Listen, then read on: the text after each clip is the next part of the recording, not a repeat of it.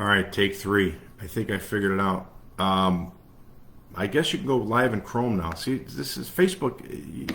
Facebook. You're really a pain in the ass. I'll be honest with you. I mean, oh, this platform is so bad. So let's see if I'm getting a note here that's not from the team. Just give me a note if you guys can hear me. Facebook's really a pain in the ass. They change the rules every day. We advertise on Facebook, right, to reach all of you people that are praying for our help, and they're a real pain in the ass. So but I'm in live in Chrome, which a month ago you couldn't be live in Chrome, and so I had to go into another Firefox browser, and then yay, okay, I'm getting Leanne, and we can hear you. Good. I want to be heard. That's all I want, man. I want to be heard. But hey, guys, it's Coach Mike. Happy frickin' Thursday. Take three. We're going to talk about the biggest myths surrounding emotions, anxiety, stress, depression, overwhelm, burnout, and the subsequent things that come with that, panic attacks and things, right? Because what's out there, it's just a crock of crap. I'm going to be honest with you guys. Not because I'm all knowing and all wonderful and all that garbage. No. Because I've learned this stuff over the years. So what's out there is wrong, flat out. And it's a $20 billion industry that's wrong, okay? But it's a big money industry. They don't give a shit if they're right or not. And I had to find the answers for me because I needed it 20 years ago, 18 years ago. And I had to find the answers for me. So I'm going to tell you some truths here today. So I'm going to drop some truth bombs on you that are really powerful. And tell you what, some of the myths that are out there that we're told. First things first, happy spring. It's here, man. It's coming, and I'm back in Chicago. Wonderful winter in Florida. And I brought the hot weather with me. It was dreary, and then Saturday we landed, and it's been beautiful since Sunday. So I'm taking full credit for it, and to the annoyance that I can be to my friends. But no, it's been beautiful. Really hot, though, this week. So hopefully it stays. The trees are blooming. It's really nice. So I hope wherever you are in this world, it's warm. We're warming up, and happy spring. Unless you're in Florida, where I just left, because it gets too hot down there in the summer. Unless you're next to the water. All right. So if you're part of this group, the Anxiety Free Executive Group, then you found us for a reason. So you're dealing with something, right? People that aren't dealing with emotional discontent don't find us, right? This is a group that we take people that are performing in life, not the people sitting on the couch watching Judge Judy all day. Nothing wrong with that, but if you don't value your life, if you don't value the solution, then it's not for you. This is for people who value their life, value their results, want to take their life to the next level, and want to live the dream life. They know they have people counting on them in their life, right? They have kids or family or employees or employers, and they know that they made a promise to them, and they need to. As soon as you say "I do," you make a promise to your partner, right? And don't blame them; it's on you, right? Life's an inside job. So it's very important that, and the people that value themselves enough and know that the people carrying on them, the kids they brought into this world, are counting them and to be their best. You need to be your best. You need to eliminate the excuses, find a solution, right? And that's what I did so many, many years ago. And I realized over the course of those years that most of what's out there is wrong. And I just watched, and you guys should watch this, I just watched Kelly and I watched a documentary. It was a series on maybe Netflix called Dopesack, Dopesack. And if you think that the prescription drugs you're taking for anxiety, stress, depression, a lot of people aren't, but if you're self-medicating with that garbage, and if you think that the doctors giving it to you care about your well-being, or they're just ignorant to the fact they're just handing you a drug, watch Dopesack. You're gonna really be awakened. That was the OxyContin. That's still a problem, by the way. But they talk about pain killing, but that stuff was prescribed for depression, for anxiety. It killed 500,000 people, and no one ever talked about that. Well, Dopesack did, and doctors prescribed it, and at alarming rates. And same thing with, I just got off a call with somebody that is on clozapam. All of them, they're garbage, man. If you have to self-medicate getting through the day, it's no good. But let's start there with myth number one: prescription drugs. Okay, and I hate to start with that because a lot of you aren't. You're smart enough not to be taking that crap, but you're taking a drug to try to feel better, but the drug doesn't solve the problem. So you're taking a drug to feel better. So when they say, yeah, the meds, take these meds, they're not medicines. They're not meds. They call them meds because that's a harmless name. It's a med. It's going to fix you. You have an antibiotic, or you have an infection, you take an antibiotic. That's a medicine that's going to fix the infection or the problem. Prescription drug for anxiety, depression, burnout, fatigue. You're self-medicating. You're taking a drug so you can get through the day. You might as well drink vodka or Bacardi or beer or wine. Same thing. And you don't want to do that either every day to feel better, but you don't want to do something to feel better. So the prescription drug is not a med, it's a drug, and you're self-medicating so you can get through your day, get through your life. And if you're dependent on the drug to survive, then you're self-medicating. Period, end of story. It's not a med. So that's myth bust number one. It's a drug. They're drugging you up so you could feel better. And what do they do when it doesn't work? Let's try this drug. Let's try that drug. They might as well just throw darts at a dartboard. Okay, let's try Adderall. Let's try Klonopin. Let's try lorazepam. And they just keep throwing darts at a board and see what they can give you. And let's up your dose of the meds. And I'm taking my meds and they help. Really? Are they solving the problem? Or are they just propping you up so you can get through the day? Okay, big problem. But here's the problem when you're doing that. The mind is running this program, this virus underneath. Let me see if there are any comments here. Say hello. No, not yet. Ask questions. I'm happy to answer them. And the problem, the virus is running in your mind. It doesn't get any better. In fact, it gets worse. And you might feel good, but it's doing a lot of damage to your mind, and it'll do some damage to your liver, to your body. It's a dangerous place to go. So you want to take that road. People like that quick fix, right? But it's not a fix. And if you still have any symptoms, or if you still have the experiences of anxiety, panic attack, over racing mind, can't sleep at night, and maybe you're taking Ambien for that, garbage, or gummies, any of that self-medicating, it's garbage. Okay, that's myth number one. Myth number two, in no particular order, feel free to write these down, distractions.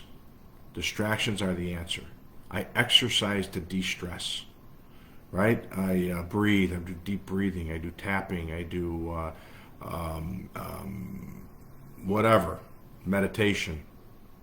If you have to do something so you could feel better, but then that thing that is the cause comes back, right? The chronic stress, the anxiety, the panic attacks, then you're constantly distracting yourself out of it until it comes back.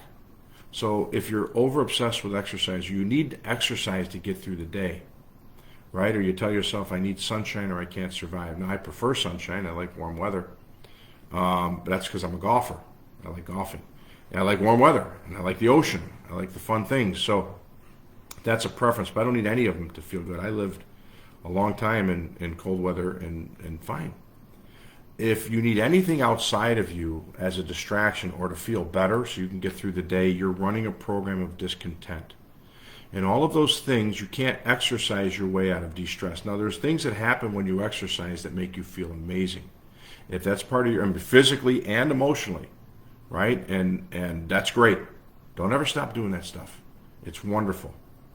But do it because it feels good. If you're doing those things because you have to get out of anxiety or stress or overwhelm or pressure or depression, then you've got a program running in your mind that needs to be addressed, okay? But exercise, it's all wonderful, right? Weightlifting, running, cardio, yoga, all wonderful, wonderful stuff. And if you're doing it because it makes you feel good and you love it, great. If you're doing it to solve a problem, you're distracting yourself. And the stress just says, yeah, you go exercise. I'll be here when you get back. See you in an hour or two. And hey, Leanne, how are you, kid? We can hear you. Hello, Coach. Hey, Kev. I've been doing self-havening as a distraction, but it's a temporary fix. The anxiety does come back. Yeah, Alexandra, it always will, man, until you solve the problem. And I'll tell you what that is before we wrap this video up. Myth number 3.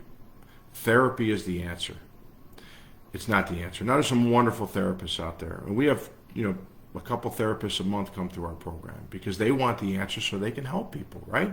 Because they were taught to do what? What are therapists taught? They taught to analyze, diagnose, okay, and treat. But a lot of times that treatment is a prescription. That's not the answer, right? In analyzing, it doesn't matter. I got news for you guys. And here's the biggest flaw with many, many, many, most therapists out there. They go back and they talk about your childhood. They talk about incidences in your life, right? Incidents in your life. They talk about your upbringing, your mom, your dad, your schooling and teachers and coaches, and they want to try to identify how it happened, and then they're going to give you a label. And that's another myth. This is a subchapter myth. Labels, they're all bullshit. Okay, they're pointless. They're false. They're not real. ADHD didn't exist when I was a kid. Yeah, and we walked uphill both ways to go to school, by the way. And hey, Carrie, how are you, kid? So it doesn't matter where it comes from. It's pointless because the only thing that's real is this moment, right? And the only thing that matters now is this moment moving forward to the next moment, the next moment, the next moment. So if you want to keep dragging the past with you, great. But what therapists have been trained to do in their education is to analyze, find out where it is, and then mostly give you a label or a prescription. And every once in a while at the end of the 30-minute session, where 25 minutes of it you've just talked about your week, you've talked about your crap, you've talked about your chaos, you've talked about setting up boundaries, you've talked about making sure that this person doesn't get into your space and all that crap. And then, oh, by the way, you have GAD, you have general anxiety disorder. You have ADD, ADHD, you have agoraphobia, you can't go out in public, you have seasonal depressive disorder, you have all that garbage, and it's all bullshit. They're just labels. Your mind has been running a program of emotional discontent for a long time because of things that happened in your childhood, for sure. But all we have to do is find out where you're at now, and we fix it. We fix the mind. But by giving you a label, what is that now? Now you feel that there's more broken with you, that you're another opportunity for you to feel inadequate, right? Inadequacy is a big one, right? I'm not good enough, I'm broken, I'm hiding this, I'm living in this place of this secret, this dark secret that I want people to know about, that I can't speak in public, I can't show up on Zoom calls, I can't be in a conference room, I don't want to be called on, I don't want to be put out front, I just want to hide and not let everyone know about this secret that I'm dealing with. Because I'm not good enough, I'm broken. The imposter syndrome, right? So all that stuff's going on in your mind, and what do? Now we're broken, okay? And we get the label. It's like, yeah, I know. I'm just not as good as everyone else. It's all crap, guys. It's all garbage.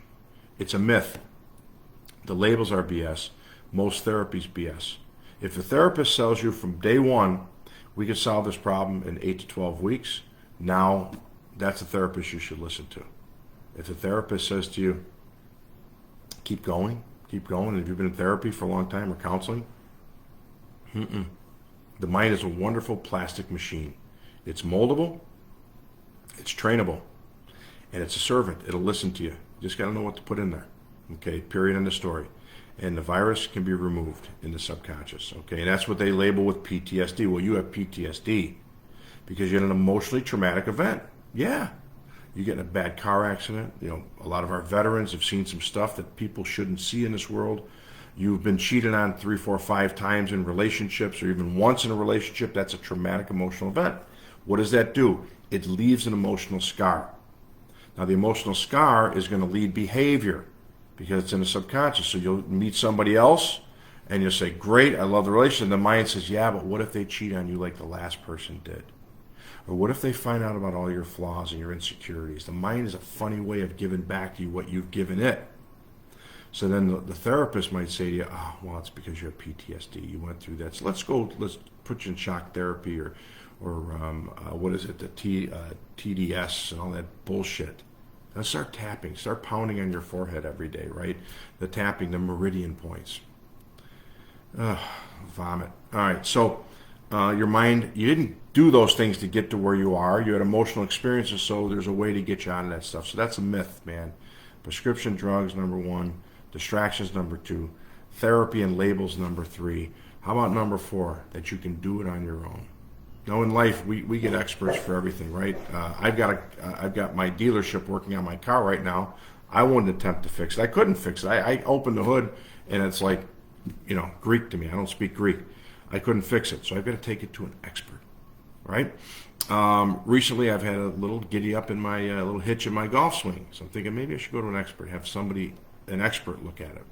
When I was dealing with my issues, the one thing I knew is I could swallow up books. I've got 200 and 300 books behind me that I read every one of them, some of them multiple times. I used to drive my kids nuts when they were younger because I always had audiobooks playing in the car, always cassette tapes or CDs or all the crap that I had. And when I was learning this stuff, because I knew I needed to go to the experts. And I knew that a lot of that stuff was wrong, but a lot of it was right. And then when I found an expert that I liked, I reached out to them. And I hired them. And I said, train me, teach me. And guess what? I became an expert. And maybe the foremost expert on eliminating anxiety in the world. Okay? I mean, or one of them. I'm in a team photo, I can promise you that. And but I did that by finding experts. I knew I couldn't do it on my own. I tried for years.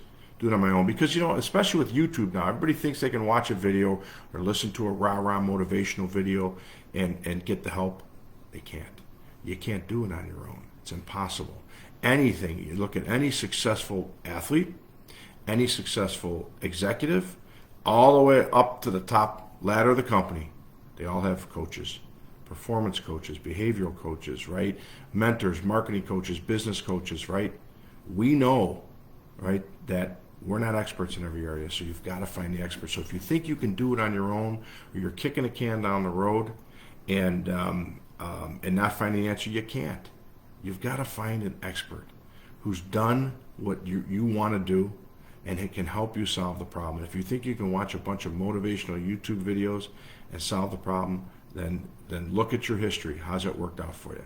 Probably not so well. So that's another myth, that you can do it on your own, right? And, okay, let's get to the next myth. We're running out of time here. I'm going to be over a little bit, but that's okay. Positive thinking, affirmations, right? I mentioned meditation, that's the answer. It's not. Okay, you can't positive think your way out of an anxiety panic attack. You can't positive think your way to stepping up to a podium and making a speech. And trust me, guys, my biggest fear in life was this. It was being on camera. It was presenting. I remember the first time I was on TV, and it wasn't as a performance coach, which I've been on TV dozens of times for that. It was as a sports coach that I helped some people get, and they wanted to pick my brain a little bit on what I did to these players. And I remember looking at the camera thinking, holy cow, thousands of people are going to see this, and I was freaking out. And public speaking was my crutch. It was literally something that I dreaded doing. And now I crave giving speeches and seminars and workshops and things. I love it. I can't wait to get up there. And you can't shut me up, sort of like this video. So positive thinking is not going to get you over the hump and cure your fear of public speaking. And even that, back to the therapy, the CBR or cognitive behavioral, CBT, pushing you out into the thing, it's not going to work. Okay, it's garbage. And it might work for 1% of the people, but not many. So you can't think your way out of it. You can't have a vision board and get the Mercedes or the BMW or the trip around the world because you have a picture of it in front of you. You will get what you are, right? What you become. But anytime you're dealing with any level of emotional discontent, okay, you've got a virus running in your mind. And yeah, life beats the crap out of us, right? Life beats us down. I'm looking at my notes here so I don't forget one of the things I wanted to talk about, some of the myths, because I have my notes written. But guys, life beats the crap out of us, right, from the get-go, right? We're not born in this happy, loving place. Look at the last year, right, in the U.S. alone. We're back involved in a war where we had no wars, right? Inflation skyrocketing, the stock market's a mess, and we've got all this stuff going on. And look at the news. The left's fighting with the right's fighting with the left, and nobody's happy. And then you look overseas, and now you've got wars, and you got all this stuff. You're not dropped off into this feel-good, warm, and loving place. Let's see if we get any more comments here, by the way. You're not lately trying to do this on my own. Hey, yep, Alexandra, we'll get you healthy. Ash will give you the link to schedule a call if you want. If you want to solve the problem, we'll get you there. And and I'll talk about the last myth in a second. So, but look at this world we're dropped in, right? This is could be a dismal place. Now it's a beautiful place, and your world can be whatever you want it to be. You could see what's good, you could see what's bad, all that stuff. But we are conditioned to be miserable. We're conditioned to be in fear. We're conditioned to be afraid of life, afraid of death, afraid of strangers, afraid of money. Think about all the lessons we learn around money and things, and that's going to lead me into the other myth, another myth. But We're told no. We're told be careful. Don't trust people. We're told to sit up straight. Don't screw up. Don't fail. Right? Failure is normal. Sadness is normal. All normal emotions. Fear, anxiety, all perfectly normal. But we are conditioned into misery. Look at the news. It's not a feel-good story. It's a pit of misery. I don't watch it. I hate the news. And so understand, guys, this world we live in. If I walked into a coffee shop, met new people, and I said, man, life is great, isn't it? Man, I'm having a wonderful day. I'd walk away, they think, I'm weird. What's wrong with that guy? He's he's one of those positive thinking guys. He's like happy. Like people, look around you. Would you describe people as happy and up and upbeat? No, they've got to like watch motivational videos every day. They've got to drag themselves out of bed. They go to work and they complain. They go home and they complain. They wake up in the middle of the night obsessive, worried about all their crap. We are conditioned, and the mind is a conditioned place. It learns, right? Your mind, your subconscious is an employee. It will take whatever you give it and it becomes it. So you've got to overpower that program. You've got to get rid of the virus. You've got to retrain, recondition, and get rid of all this crap that you've been conditioned with your whole life, right? That you've learned. And the mind will do it if you're strong enough. But if you think you can do it on your own, you're not gonna. And the final piece, final myth we'll talk about today, there's more, but is money, right? We value so many things, right? And people say that their life is priceless. It's a myth. It's a bullshit story you're telling yourself. Okay, here's why. If you're living with any level of discontent, if your relationships are in shambles, if your health is in shambles, if your mind is a war zone, if you're taking gummies or Ambien to sleep at night, and then you're surviving every day with this emotional hell going on, the panic, the overwhelm, the fear of public speaking, and it's preventing you from moving forward in your life. It's preventing you from getting a promotion, for speaking up, for having a new career, and you're using excuses like, I can't afford it, I don't have the time, right? I can't commit to another program. I've tried 5 programs that failed. All those excuses you give yourself. That means that every time you say your life is priceless, you're telling a BS story, okay? Because you're using excuses, and the excuses are your myth. The excuses are your reason that you're going to stay there. You know why? Because subconsciously, 2 things. Number 1, you don't value yourself because you have low self-esteem, low self-worth. Shame on you because you got people counting on you somewhere in your life to get better. Or number 2, right? You're afraid. This is your comfort zone. Your comfort zone is the struggle. This is what you know. This is who you are. And you've got to power through that. The mind will keep you where it's at. That's the mind doing its job. Right? You've trained the mind to be discontented, trained the mind to be worried and anxious and fearful and everything. So as soon as you get that excuse, it costs money to be in that program? No, I can't do that. I can't afford that right now. But if you had to get a car, you'll find a way to get a car. If you have no credit, no money, that car will be in your driveway within a week if you need it for work. If you got a DUI and you have no money, you'll find the money. You'll beg, borrow, steal to get the money, to get the lawyer so you don't go to jail for a year.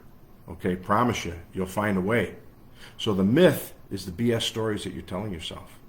And if you're in any level of discontent in your life, let me tell you something. Life is meant to be blissful and enjoyed and peaceful and happy and inspired.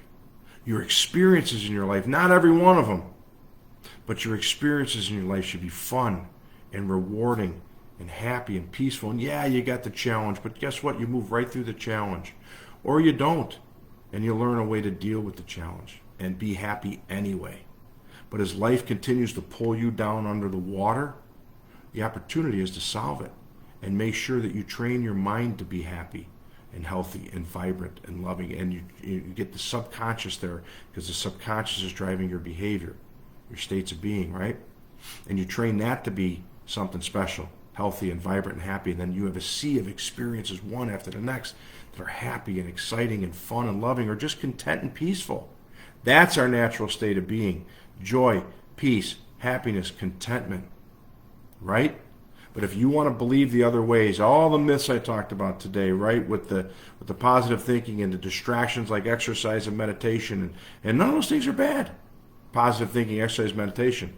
But if you're using them to get out of the problem and then the problem comes back, you've got a problem that needs to be addressed and solved. It's like putting a Band-Aid on something that needs surgery.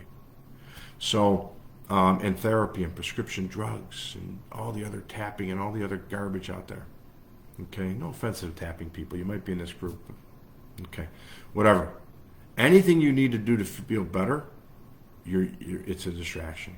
You've got to train your mind to feel good. That's your default program, and your life will be easy. It'll be blissful. It'll be happy. It'll be magnetic. You'll make more money. You'll be a better parent. You'll be a better professional. You'll step in front of the microphone. You'll accept the award, right? You'll give the speech. You'll close the deal. You'll be a magnet for everything that good. Great relationships, ease, flow, contentment, natural state of being.